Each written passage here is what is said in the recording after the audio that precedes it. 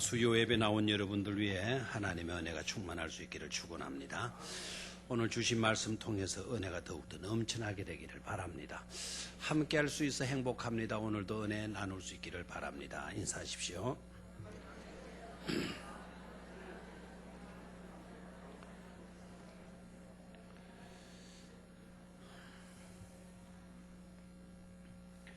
오늘 제목은 하나님 우리 아버지라는 제목으로 나누겠어요. 두 줄인데요. 두 줄. 한 번 더 읽도록 하겠어요. 저는 요사이 너무 감사한 일들이 많아요. 건강도에 많이 하루하루 시간마다 좋아지는 느낌을 제가 받고 있고 실제적으로 좋아지고 있고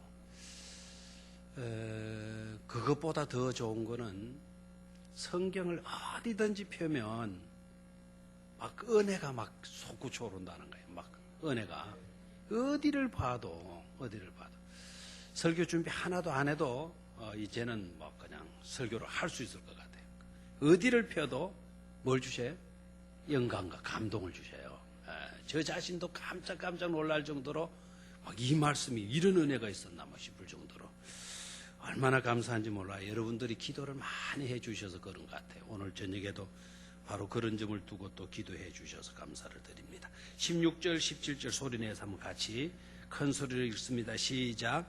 우리 주 예수 그리스도와 우리를 사랑하시고 영원한 위로와 좋은 소망을 은혜로 주신 하나님 우리 아버지께서 너희 마음을 위로하시고 모든 선한 일과 말에 굳건하게 하시기를 원하노라. 아멘. 한 번 더 읽도록 하겠어요. 한 번 더 읽는데 여러분에게 세 가지 이 말씀 속에서 와 닿는 것이 있는가?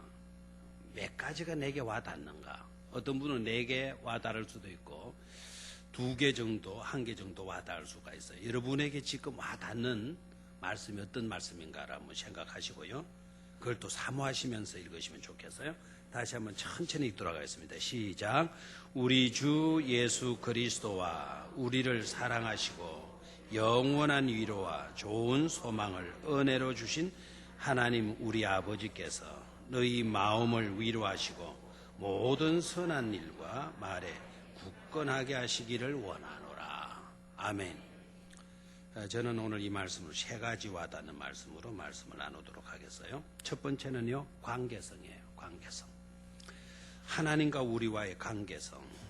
하나님과 우리와의 관계성은 어떤 관계인가?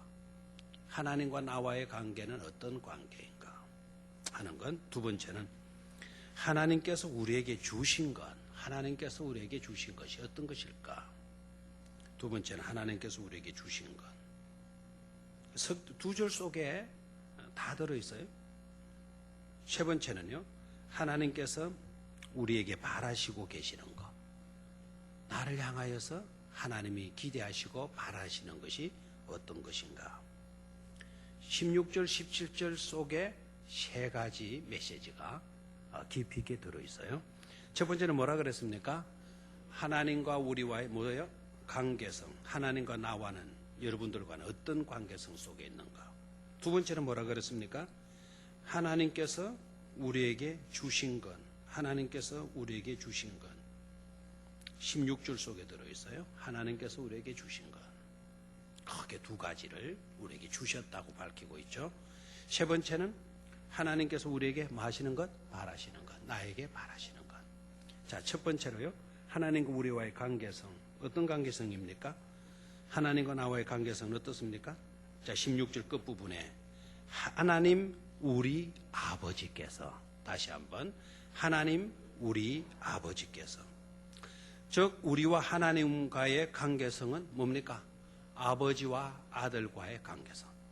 아멘입니까? 아버지와 아들과의 관계성. 은혜가 안 돼요?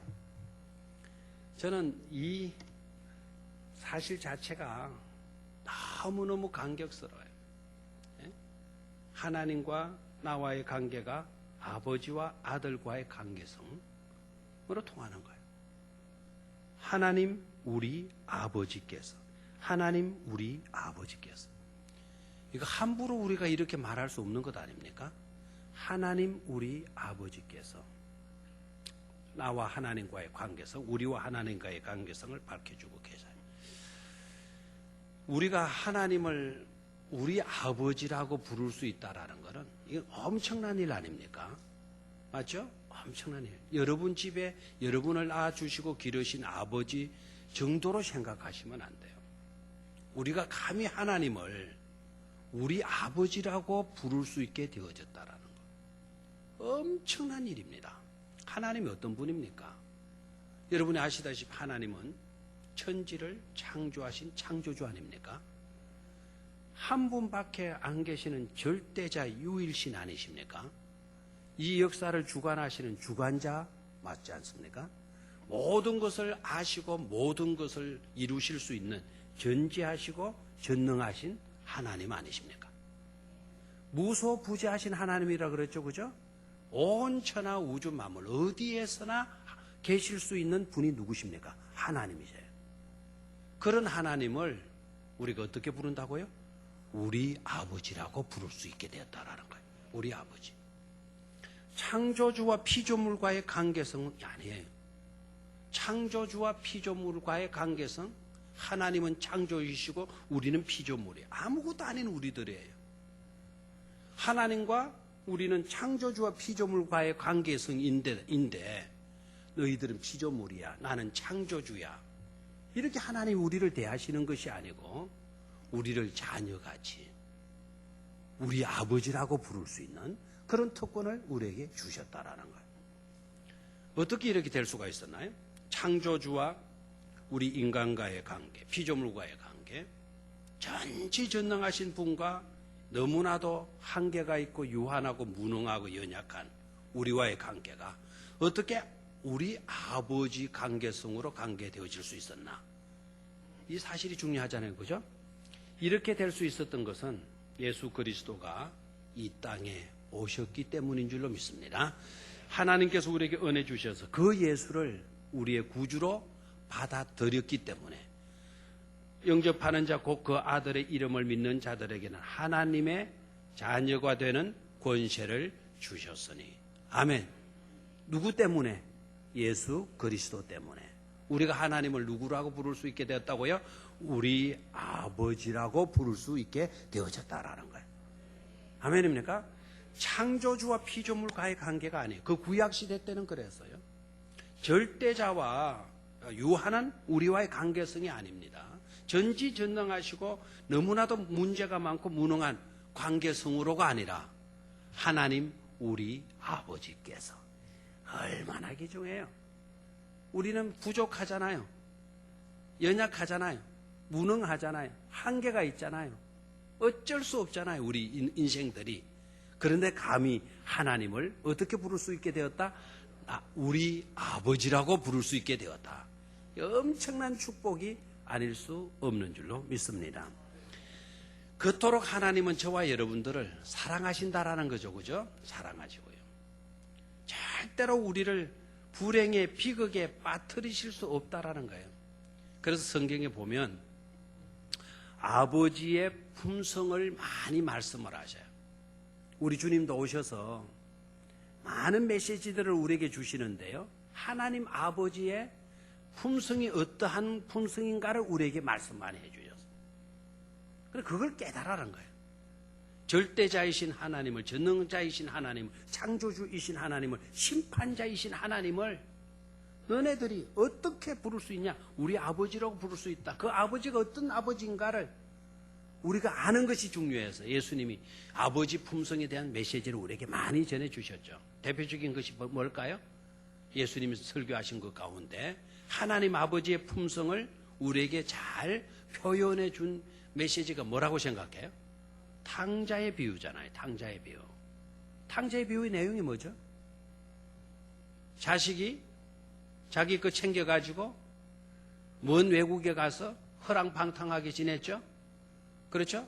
그러다가 있는 거 다 소비하고 난 뒤에 먹을 것이 없으니까 돼지 우리간에 가서 돼지치기 하고 지엽 열매라도 먹고 싶었는데 그것까지도 주는 자가 없었고 그래서 굶어 죽게 되어져서 누구에게로 돌아와요?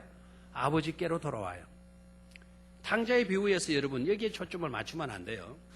지껏 챙겨가지고 외국에 가서 허랑방탕하게 사용했다. 있던 거 다 낭비했다. 그래서 탕자다. 그게 탕자가 아닙니다. 아버지를 떠났다라는 게 그게 뭡니까? 탕자예요. 사업은 하다 보면 잘 될 수도 있고 망할 수도 있어요, 없어요? 있죠. 사람이 또 부자로 살 때 넉넉하게 먹을 수 있지만 돈이 없으면 별수시 라면이나 라면 국물도 제대로 못 먹을 때도 있어요, 없어요? 그것 때문에 탕자 되는 게 아니에요. 그것 때문에 사업 망하면 다 탕자게요? 라면 국물만 마실 수밖에 없는 그런 가난한 사람이면 다 탕자게요? 아닙니다. 그게 탕자가 아니고 뭡니까? 아버지를 떠났다라는 게 탕자예요. 아버지를 벗어났다. 아버지 영역에서 벗어났다. 그게 뭐라고요? 탕자예요. 아주 버릇도 없잖아요, 이 탕자는요. 그런데 그런 탕자가 돌아왔을 때 아버지는 어떻게 합니까? 그런 탕자가 그렇게 지내는 건 그렇게 나쁜 짓 하고 돌아다닌다고 해서 아버지가 술 퍼마시고 말이죠. 나 그 자식 그거 없는 걸로 여기겠어. 이렇게 여깁니까? 아니죠. 그 자식이 뭐 하기를 기대해요? 돌아오기를 기대해요.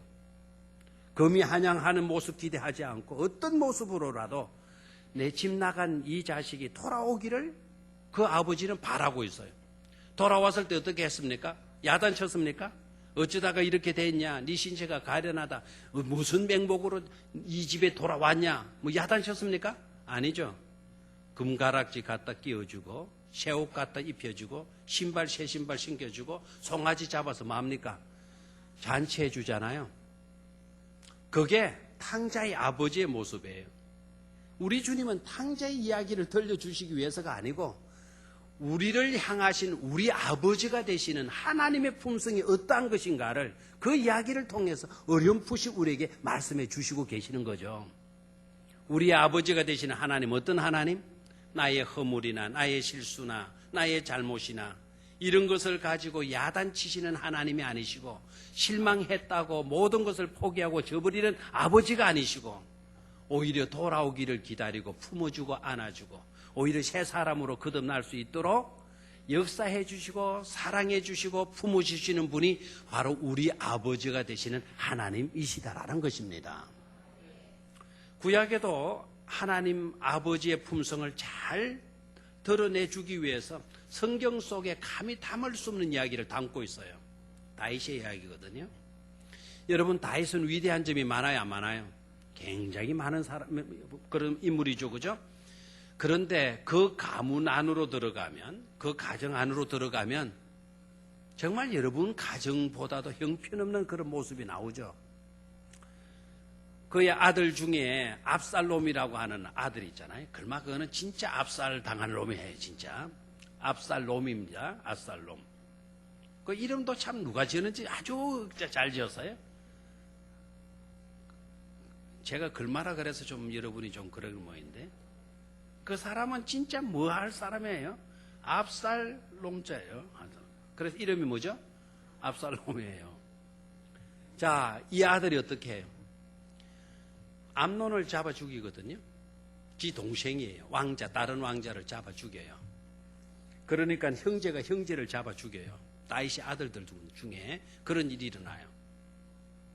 우리나라에도 뭐 왕자의 난, 형제의 난 해가지고 그런 안 좋은 소문들이 많이 나지만 이 집안은 아주 그런 집안은 진짜 고개가 절절 들어. 어떻게 이런 일이 이런 집안에 나오냐, 일어나냐 이런 생각이 들 때도 있어요. 그러나 아버지가요 너무 괴로운 거예요. 형제가 형제를 죽이는 거예요. 그것도 앞으로 대권을 내가 잡아야지. 거기에 걸림돌 되는 죽여버리는 거죠. 그래 아버지가 자기 아들을 중에 또 하나를 죽인 압살롬을 그냥 두지를 못하잖아요. 벌을 줘야 되는데 벌 주는 아버지의 마음이 또 괴로운 거예요. 그래서 압살롬으로 하여금 내 눈에서 네가 좀 어디 피해 있거라. 안 그러면 네가 여기 있으면 세상 국민들을 봐서라도 너를 벌 줘야 되는데 내 아들을 하나 잃었다고 해서 너를 또한 내가 벌 줄 수 있겠냐. 그래가지고는 피해 있기를 원해요. 그러다가 세월이 좀 지나고 난 뒤에 압살롬을 다시 불러들여요. 왕자의 자리로 다시 회복시켜줘요. 그런데 그랬으면은 압살롬이 아버지의 은혜를 알고 아버지한테 잘해야 돼요? 뭐 안 해야 돼요? 우리 생각 같아도 잘해야 될 것 같잖아요. 그런데 압살롬이 돌아와서는 아버지의 은혜를 생각하고 잘하려고 하는 것이 아니라 우리 아버지 내가 죽여버려야 되겠다. 그리고 아버지 자리를 내가 뭐 해야 되겠다? 차지해야 되겠다. 이렇게 나오는 거예요. 그래서 자기 인물 잘나는 것, 자기 잘생긴 것 이런 걸 이용해 가지고는 자기 세력을 구축을 해요. 그리고 아버지를 몰아내고 아버지에게 대항해서 아버지의 자리를 지가 움켜쥐려고 쿠데타를 일으켜요. 아버지가 기가 차잖아요. 기가 차잖아요. 아직도 다윗이 힘없는 그런 형편에 있는 것이 아닙니다. 얼마든지 대항해서 압살롬이 반역을 일었다면 저 형편은 저놈을 당장 없애버릴 수도 있어요. 그런데 아버지가 그렇게 못해요. 자식은 아버지를 죽이려고 이렇게 덤벼들고 자식은 아버지를 욕해도 진짜 부모는 자식을 욕하지 않잖아요. 자식은 부모를 비방해요. 그러나 제대로 된 부모는 그 자식을 절대로 비방하거나 욕하지 않아요. 다 그래도 그렇게 하고 받아들이지 않습니까? 누가 아버지인지 누가 자식인지 보면 알아요. 막 욕하는 사람이 있다면 그 사람은 자식이에요. 고개를 끄덕이고 아이고 그렇구만요 이렇게 받아들이는 사람이 그건 아버지예요. 아버지도 욕할 줄 몰라서 욕하지 않는 것이 아니죠. 자식이니까 그 자식을 욕할 수가 없는 거예요. 비방할 수가 없는 거예요. 근데 자식은 부모를 비방해요. 압살롬이 그렇게 나오니까 다윗이 어떻게 해요? 피해 주는 거예요. 자기를 따르는 신하들을 데리고 대항하지 않고 대적하지 않고 피해버려요. 도망가 버려요. 힘이 없어서 도망갔다 생각하지 마세요. 어떻게 아버지와 아들의 왕 문제 때문에 이렇게 싸우고 쿠데타고 죽이고 할 수가 있냐. 그래서 다윗이 피신을 가는 거예요. 피신을 가면서도 자기의 부하들 특히 요압 장군한테 부탁을 하잖아요. 내 아들 소년 압살롬은 죽이지 마라. 아들 압살롬은 죽이지 말아라. 당부해요. 자식에게 쫓겨나가는 서러운 신세 때문에 신발도 제대로 신지 못하고 울며 기도는 시냇가를 건너는 다윗의 모습을 생각해 봐요. 통곡을 하면서 엉엉 울면서 다윗이 도망을 가는 거예요. 아들을 피해서 도망을 가는 거예요. 그러면서도 자기의 부하 장군에게는 내 아들 소년 압살롬을 마지 말아라. 다치게 하지 말아라. 죽이지 말아라. 신신당부를 해요. 신신당부를. 그러다가 나중에 소식을 들어요. 요압 장군이 압살롬을 죽였다라는 소문을 들어요. 그러니까 다윗이 어떻게 해요? 목 놓아 우는 거예요. 내 아들 압살롬아, 내 아들 압살롬아, 나보다 네가 먼저 죽다니 이 일을 어떻게 하나? 너 대신 내가 죽어야 되는데 네가 왜 죽었냐? 쿠데타 일으키시고 반역 일으킨 그 압살롬이 죽었다면 자기를 도전하다가 자기를 죽이려고 나귀를 몰아내고 지가 왕이 될 버르장머리 없는 그 아들이 들을 죽였다고 그러면은 이제 쿠데타가 끝났으니 평화가 찾아왔으니 잘 됐구나 우리 잔치하자 뭐 축제를 하고 뭐 이렇게 해도 뭐 할 건데 오히려 막 통곡을 하는 거예요. 그 모습을 보고 요압 장군이 다윗 이 임금 가지고는 안 되겠다. 나에게 오히려 상을 주고 훈장을 달아줘도 뭐 할 건데 자기의 아들 반역자 압살롬 죽였다고 왕이 저렇게 울고 있으니 언젠가는 나한테도 왕이 어렵게 만들겠지 생각을 하고는요. 요압 장군이 다윗을 등져버리고 말아요. 훌륭한 장군을 잃어버리게 되죠. 자, 여기에서 여러분 생각해 봐요. 아버지의 심성이 어떠한 것인가? 아버지의 심성이 어떠한 건가? 다윗은 모든 것을 가진 왕 아닙니까? 압살롬 버르장없는 반역군 압살롬을 대할 때 왕으로서 압살롬을 대하는 것이 아닙니다. 모든 권세를 가진 권세자예요. 다윗은 그 권세를 가진 자로서 아들 압살롬을 대하는 것이 아닙니다. 왕은 재판권을 가지고 있어요. 심판할 수 있는 심판권을 가지고 있어요. 그런데 심판권을 가진 아버지가 그 심판권을 가지고 압살롬을 대하고 있는 것이 아니에요. 왕이지만 권세자지만 심판자이지만 이 다윗은 그것으로 아들 압살롬을 대하는 것이 아니라 뭐로 대하여? 아버지로서 아들을 대하고 있는 것이죠. 여러분 이 이야기가요 하나님의 이야기인 것처럼 안 느껴져요? 우리는 하나님한테 어떤 관계성 속에 있어서 우리를 창조하신 조물주 하나님을 권세자이고 창조자이시고 왕이시고 심판자이신 하나님을 우리는 어떻게 대해왔나요? 거역해왔잖아요. 죄 가운데 빠져서 하나님에게 등을 치고 말았잖아요. 그런 우리들을 하나님이 대하실 때 어떻게 대하신다고요? 다윗이 압살롬을 대하는 것처럼 하나님이 죄인된 우리를 그렇게 대하여 주시는 줄로 믿습니다. 왕이신 하나님이요, 절대 권세를 가지신 분이 심판자이신 하나님이 우리를 심판자로 대하시는 것이 아니라 아들로서 대해 주신다 이겁니다. 아들로서. 감사해요, 안 감사해요? 그래서 우리가 하나님과의 관계성이 뭐냐? 하나님은 우리의 뭐가 되신다? 아버지가 되신다. 하나님과 우리는 어떤 관계다? 심판자와 심판을 받은 죄인과의 관계성이 아니고 사랑하시는 아버지와 사랑받는 아들과의 관계성 속에 우리가 놓여 있다 하는 겁니다. 이 은혜가 여러분 가운데 충만할 수 있기를 축원합니다. 우리는 절대적으로 하나님의 뭐라고요? 사랑받는 자녀들이라는 거, 그 믿음을 돈독히 할 수 있기를 축원합니다. 두 번째로 하나님께서 우리에게 주신 것, 하나님께서 우리에게 주신 16절로 내려가요. 16절 다시 한번 볼까요? 시작. 우리 주 예수 그리스도와 우리를 사랑하시고 영원한 위로와 좋은 소망을 은혜로 주신 하나님 우리 아버지께서. 자, 하나님 우리 아버지께서, 거기서는 관계성을 찾아봤죠, 그죠? 자, 그 구절에서 하나님께서 우리에게 주신 것 크게 두 가지가 있죠. 하나는 바로 뭡니까? 영원한 위로와, 하나는 또 뭐죠? 좋은 소망을 뭐로 주셨다? 은혜로 주셨다. 그래서 이것도 말로 아멘이 안 나오네요. 굉장히 깊이 있는 기도의 묵상으로 명상에 들어가신 분도 있네요. 아무런 반응 없이 물구름 이렇게 쳐다보시고 계시는 분, 굉장히 아마 묵상에 깊이 들어가신 것 같아요. 다시 한번 16절 읽습니다. 시작. 우리 주 예수 그리스도와 우리를 사랑하시고 영원한 위로와 좋은 소망을 은혜로 주신, 거기까지 영원한 위로와 좋은 소망을 은혜로 주신, 아멘. 하나님이 우리에게 주신 것이 뭐라고요? 영원한 위로, 하나는 좋은 소망.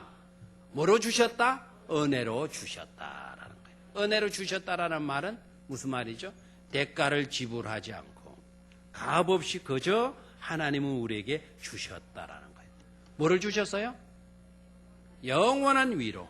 위로가 얼마나 중요해요. 영어 성경은 encouragement예요. 우리에게 용기를 북돋아 주는 거예요. 이 위로가 우리에게 주어지면 나에게 용기가 솟구쳐 나는 거예요. 내 속에서. 위로가 중요해요.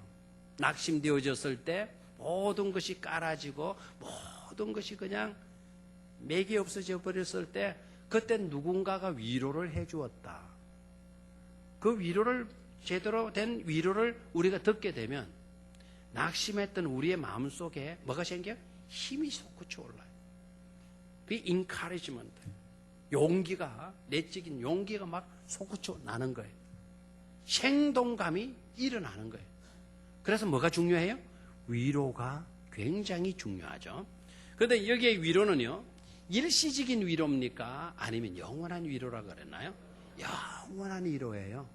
한번 듣기 좋았다가 이내 사라져버리는 그런 위로가 아니라 언제라도 우리에게 힘을 공급해주고 용기를 불러일으켜주는 그런 위로와 격려죠. 그죠? 그 격려를 우리에게 하나님이 뭐 하신다는 거죠? 주신다라는 거예요.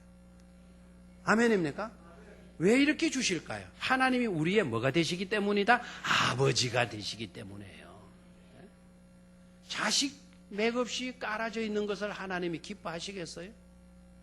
그렇지 않아요. 아버지는요, 스속히 자녀들이 맥없이 굴다라 하더라도 빨리 일어서기를 아버지는 바랄 것 아닙니까? 그래서 하나님이 우리에게 뭐를 주신다고요? 영원한 위로를 주신다는 것입니다. 또 하나는 뭡니까? 뭐를 주신다 그랬어요? 좋은 소망을 우리에게 주신다 그랬어요. 뭐를 주신다고요? 은혜로 주신다. 좋은 소망을 뭐로 주셔요? 은혜로 주신다라는 거예요. 꿈이 생기는 거예요. 희망이 생기는 거예요. 여러분 꿈도 없죠. 힘도 없죠. 그러면 우리는 절대로 일어날 수가 없어요. 절대로 일어날 수 없어요. 우리의 능력 가지고 할 수 있는 일이 있는 것처럼 느껴져도요. 천만의 말씀이요. 어떤 것 가지고도 우리 힘으로는 되지를 않습니다. 여러분 아무리 여러분의 팔림이 좋고 손아귀 힘이 세다 하더라도 우리 손으로 하나님을 붙들고 예수님의 손을 우리가 붙들어 가지고는 안 돼요. 여러분 턱걸이 해봤어요? 철봉에 한번 매달려 봤어요? 처음에 올라갈 때는 얼마든지 내가 버텨가지고는 10분, 1시간 있을 것 같죠? 5분만 지나가 봐요. 설설 뭐가 풀어져요? 손에 손가락에 힘이 빠지고 나중에는 툭 떨어질 수밖에 없죠. 맞아요. 맞죠? 내가 붙든다? 이거 안 됩니다. 우리가 붙든다? 이거 안 됩니다. 하나님이 우리를 꽉 붙들어 주셔야 돼요.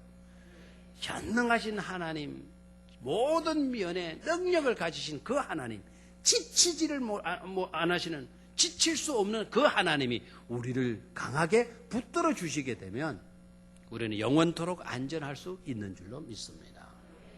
그래서 영원한 위로와 좋은 소망을 은혜로 주신 우리 하나님, 우리 아버지께서 이 구절을 그냥 읽어 내려갈 수가 없는 것이죠. 그런데 여러분 보십시오. 위로를 정말 할 수 있는 사람이 누굴까? 격려를 정말 할 수 있는 사람이 누굴까 하는 거예요. 누가 위로해주고 누가 격려를 잘할 수 있을 것 같아요? 한 아버지죠, 그죠? 그리고 여러분들이 좋은 위로자가 되어 주어야 되는데 우리도 누군가에게 위로자가 되어주고 누군가에게 희망을 심어주고 소망을 심어주는 그런 삶을 살아야 되는데 실제적으로 진정한 위로자가 되어지려고 하면 그 사람과 같은 아픔을 겪은 사람이어야 돼요. 맞아요, 안 맞아요? 그 사람과 똑같은 아픔을 경험한 사람이 가서 힘내,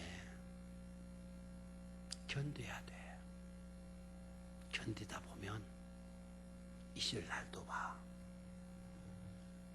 그와 같은 고통과 아픔을 겪지 못한 사람은 가서 힘을 내, 참아야 돼. 이렇게 말해줘도 어감이 달라요. 와 닿는 게 달라요. 너는 나 같은 고통을 안 당해봤으니까 너는 편하게 그런 소리 하는 거야. 이렇게 생각이 되잖아요. 그런데 나와 똑같은 고통을 그 사람은 이미 겪었어요. 그런 사람이 와서 내 손을 딱 잡고 힘을 내. 그러면은 위로가 돼야 안 돼요? 되죠. 왜요? 이 사람이 나와 같은 뭐를 겪었기 때문에, 고통과 아픔을 이미 겪었기 때문에. 예수 그리스도가 이 땅에 오셔서 왜 고통과 십자가의 고통과 온갖 서러움과 모욕을 다 참으셨을까요? 그와 같은 아픔과 고통을 당하는 사람들에게 위로를 주시기 위함인 줄로 믿습니까? 나도 너 같은 서러움을 당했어. 나 같은 모욕도, 너 같은 모욕을 나는 벌써부터 당했단다. 네가 당하는 그 고통 못지않게 나는 십자가에서 피 흘려 나는 물방울 피 한 방울 남기지 않고 나는 그 고통을 당하고 죽었단다. 그래서 우리에게 한없는 위로를 우리에게 주실 수 있는 줄로 믿습니다. 미국에 들려진 이야기죠. 가난한 부부가 맞벌이 하면서 살아가는데 갑자기 아내가 시력이 나빠지는 거예요. 그래서 병원에 데리고 갔더니 녹내장이라고 하는 진단을 받고 이거 빨리 수술 안 하면 앞으로 시력을 영원히 회복할 수가 없다. 그래서 급히 수술을 했는데 수술이 잘못돼가지고 오히려 그만 이 아내가 시력을 완전히 잃어버리고 말았어요. 멀쩡하게 이제 다니다가 조금 눈이 안 좋아가지고 갔더니 오히려 수술해서 오히려 장애를 더 크게 입게 된 거죠. 그래서 치료받고 어려우니까 그래도 미국 같은 사회니까 시력을 잃었다 하더라도 그 직장에서 자르지 않고 계속해서 그 직장에 다닐 수 있도록 해준 거예요. 그런데 시력을 잃어서는 어떻게 해요? 누군가가 도와줘야 되잖아요. 그래서 가난하니까 시내버스 타는 데까지 데리고 가고 시내버스 태워서 또 내리는 데가 내려주고 그 다음에 몇 코스 뒤에 내린다 그 이야기 해주고 그 직장에 들어가도록. 그리고 이제 그 일을 누가 도와요? 남편이 그렇게 도와요. 계속해서 그 일을 도와줘요. 그냥 한 달 정도 하니까 이제 아내가 혼자서 어느 정도 하는 거를 남편이 눈치를 챘어요. 그리고는 2달째 접어들면서 남편이 아주 아내에게 엄하게 말을 해요. 여보, 나 당신 때문에 내 직장도 어려움이 많아. 내일부터 당신 혼자 회사 출근하도록 해. 당신 일은 당신이 알아서 하라고. 막 이렇게 섭섭하게 말이죠. 아주 단호하게 말을 하는 거예요. 그래서 아내가 너무 서러운 거예요. 일이 어려울 때, 안 못 볼 때, 그래도 남편이 끝까지 도와줄 줄 알았는데 너무 심하게 말을 하니까 섭섭했어요. 알겠다고 하면서 그냥 이튿날 아침에 나가고 얼마나 속상해서 울은지 모르는 거예요. 가다가 넘어지기도 하고. 사람들이 우니까 막 앞을 못 봐가지고 넘어져 다쳐서 저렇게 우는 모양이다. 이렇게 생각했지만 실제적으로 이 부인의 마음은 남편의 그 관심 속에서 벗어났다. 남편도 이와 같은 모습을 보고 실정을 느끼고 나한테 야단을 쳤다. 남편에게 버림받았다는 그와 같은 것 때문에 속이 더 상한 거예요. 앙심을 품고 그래 한번 보자. 막 여자가 이제 앙심 품으면 알죠. 오늘에도 뭐가 나요? 막 썰이가 내릴 정도 앙심을 품고 내가 못하는 거 보자 막 그냥 했다라는 거예요. 그런데 그렇게 이제 하니까 되는 거예요. 또 되는데 어느 날 하니까 시내버스를 탁 타니까 시내버스 기사가 이 부인한테 아니 부인은 정말 복 있는 부인이라고 자기들어 기사가 말을 하는 거 저보고 이야기했어요? 물으니까 그렇다고 여기 다른 손님이 없다고 당신 혼자 타 있다고 그런데 왜 저더러 복이 있다고 그러셨어요? 그러니까 기사가 아유 어떻게 당신은 그런 좋은 남편을 만나느냐 말이에요. 이때까지 당신 곁에 누가 따라왔어요? 남편이 따라왔다라는 거예요. 막 그렇게 해놓고도 남편은 계속해서 자기 아내 곁을 매준 거예요. 지켜준 거예요. 그리고 회사에 떡 내리면 회사 가는 윗자리에 내리면 회사 정문에 들어갈 때까지 이 남편이 탁 지켜보면서 안 못 보는 아내이지만 뒤에서 뭘 해줘요? 빠이빠이를 해주는 거예요. 오늘도 회사 일 잘하고 돌아오라고. 계속해서 이 부인 옆에는 누가 함께 해주고 있었어요? 자기 남편이 함께 해주고 있었던 거예요. 그렇게 큰 소리 하고 난 뒤에도 한 달 동안 그 남편이 계속해서 이 아내 곁을 따라와 준 거예요. 혹시나 잘못될까봐 지켜보고 있었다라는 거죠.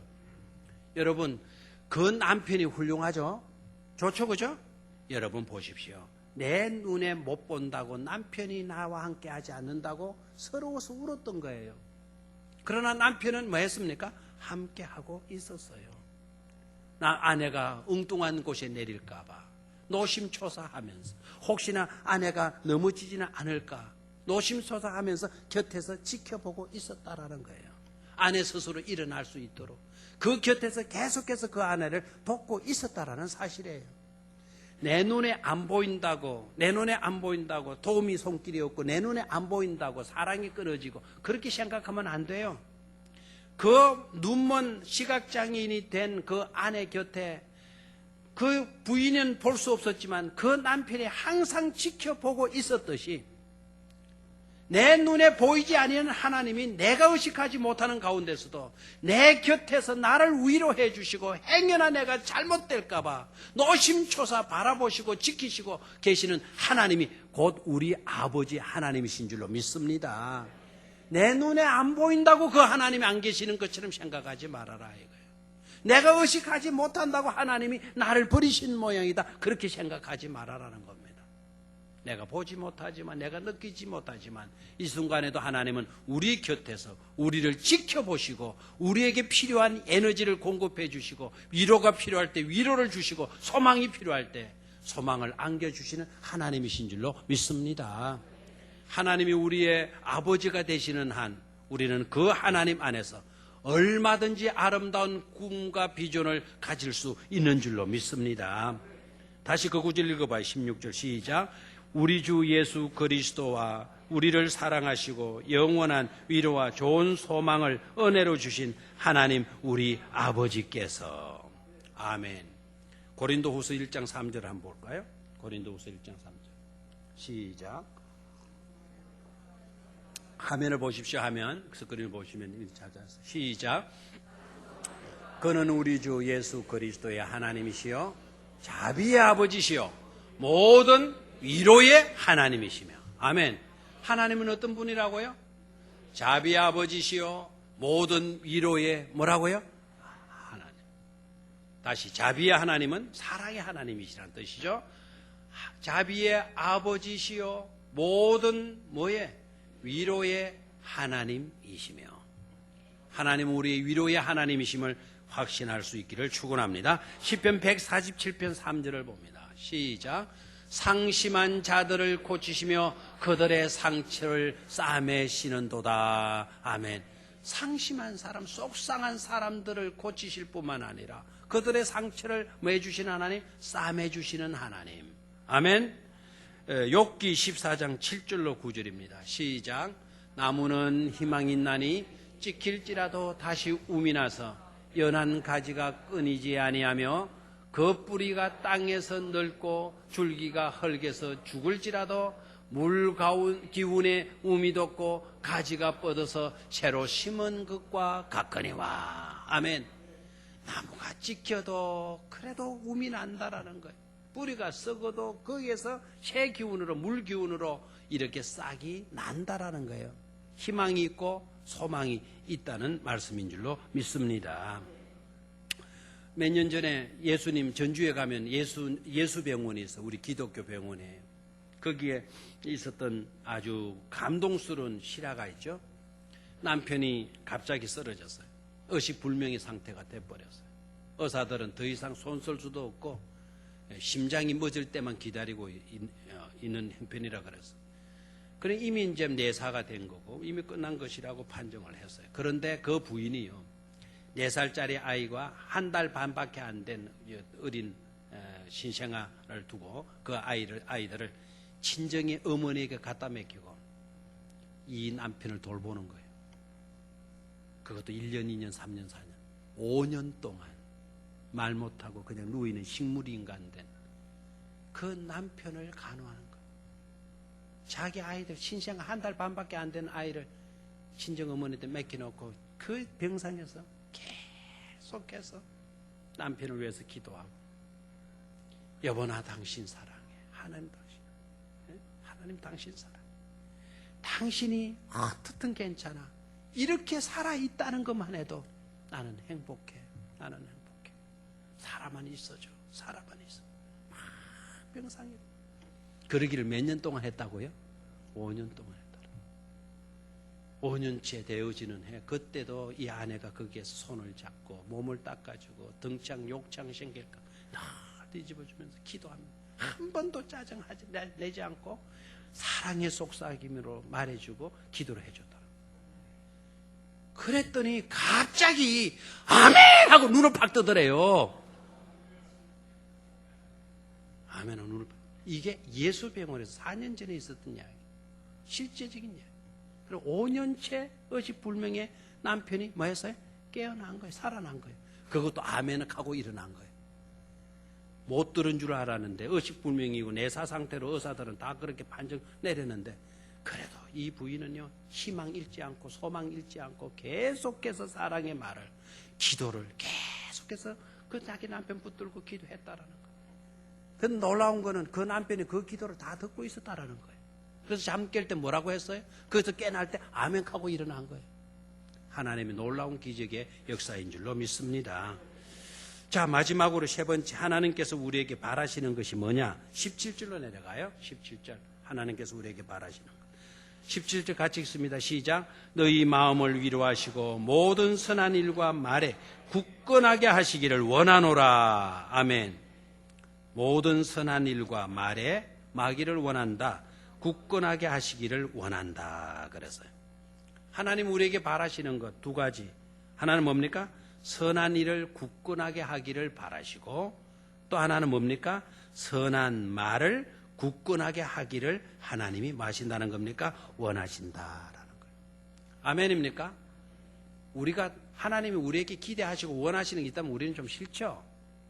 받기만을 원하고 우리가 뭐 하기는 싫어하잖아요. 그러지 마시고요. 우리에게 하나님이 원하시는 것이 두 가지 있다 그랬죠. 하나는 뭐라고요? 선한 일을 굳건하게 견고하게 하라 이 말입니다. 두 번째는 무슨 말을? 선한 말을 굳건하게 하라는 거예요. 저를 봐요. 이 위로의 말씀을 어느 교회에 주셨죠? 어느 교회에 주신 말씀입니까? 이 말씀을 데살로니가 교회 교인들에게 주었어요. 그러면 이 위로의 말을 왜 주시고 있나? 그걸 아셔야 돼요. 데살로니가 교인들은 믿음으로 살려고 아주 바른 모범적인 신앙생활을 해오는 그런 교인들이에요. 그러다 보니까 세상 사람들부터 욕도 엄청나게 드는 거예요. 핍박도 엄청나게 받는 거예요. 악한 시대에 믿음으로 살기가 쉬워요? 어려워요?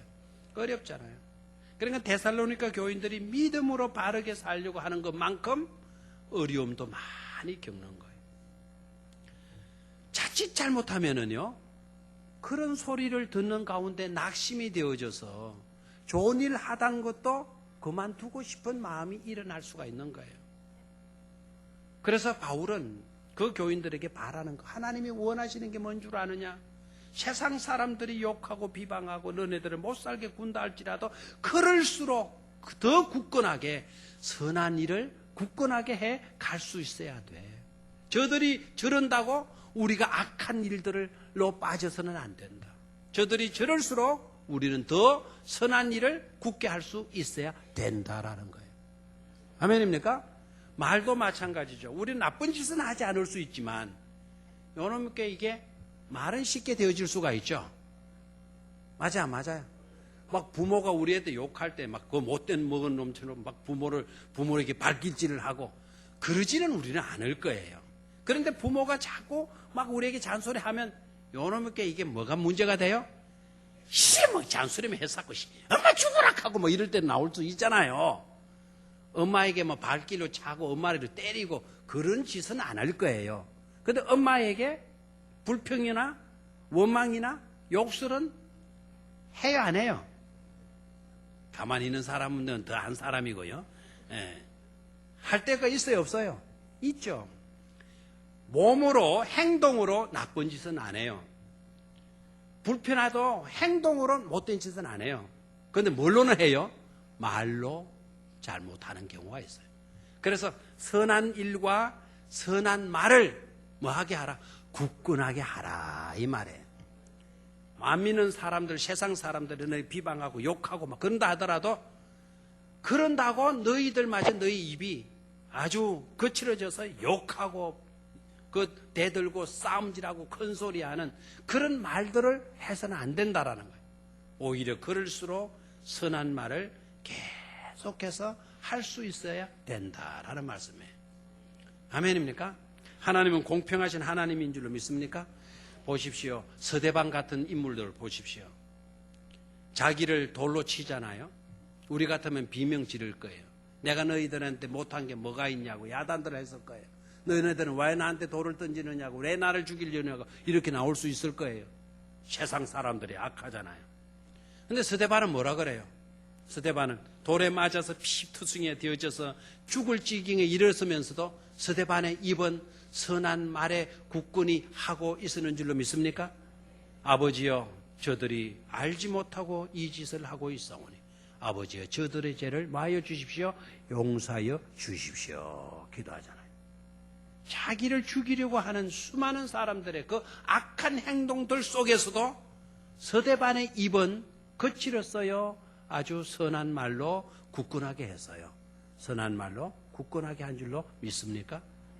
예수 그리스도가 십자가에 못 박히실 때 어떻게 죽으셨죠? 십자가에 못 박는 십자가의 고통을 안겨주는 그 원수들, 그 무리들을 향하여서 예수님의 입은 뭐 하였습니까? 이 못된 놈들아, 하늘의 저주를 받을지어다, 막 이렇게 나왔나요? 아니죠. 아버지여, 저들의 죄를 마하여 주십시오. 용서하여 주시옵소서. 선한 말로 굳건하게 한 줄로 믿습니다. 우리가 그렇게 되라는 거예요. 하나님이 그것을 우리에게 요구하신다는 겁니다. 오늘 하나님 아버지라는 제목으로 세 가지 생각했죠. 첫 번째는 뭐였습니까? 하나님과 우리와의 관계성. 어떤 관계성이다? 피조물과 창조물의 관계성이 아니고 심판자와 죄인의 관계성이 아니라 아버지와 아들과의 관계성 속에 우리가 있다. 아멘입니까? 얼마나 기뻐요? 두 번째는 뭐였습니까? 하나님 아버지께서 사랑하는 자녀에게 주신 것이 두 가지 있었다. 하나는 뭐였습니까? 영원한 위로, 일시적인 위로가 아닙니다. 한때 잘해주고 그 다음부터 내몰라라는 것이 아닙니다. 영원한 위로예요. 영원한 위로와 그 다음에 뭐 있습니까? 좋은 소망을 우리에게 주셨다. 하나님 우리 아버지가 되신다면 저와 여러분들은 얼마든지 위로와 격려를 얻고 힘있게 일어나야 될 줄로 믿습니다. 하나님이 우리 아버지가 되신다면 저와 여러분들은 언제나 좋은 소망을 가슴에 품고 살아야 될 줄로 믿습니다. 세 번째, 하나님께서 우리에게 바라시는 것이 있다 그랬죠? 하나는 뭐였습니까? 선한 일에 힘쓰십시다. 한때 선한 일을 했다고 만족하지 말고 굳건하게 견고하게 선한 일을 지속해 갈 수 있기를 바랍니다. 선한 말 할 수 있게 되기를 바랍니다. 악한 사람이 악하게 군다 하더라도 그들을 대적해서 우리의 말도 악해도 되는 것처럼 생각하지 말고 그럴수록 더 선한 말로 견고하게 해서 굳건하게 해서 하나님의 소원을 들어줄 수 있는 우리 모두가 되시기를 축원합니다. 한 1분 동안 우리 통성으로 주여 외치고 오늘 말씀 생각하면서 기도하도록 하겠습니다.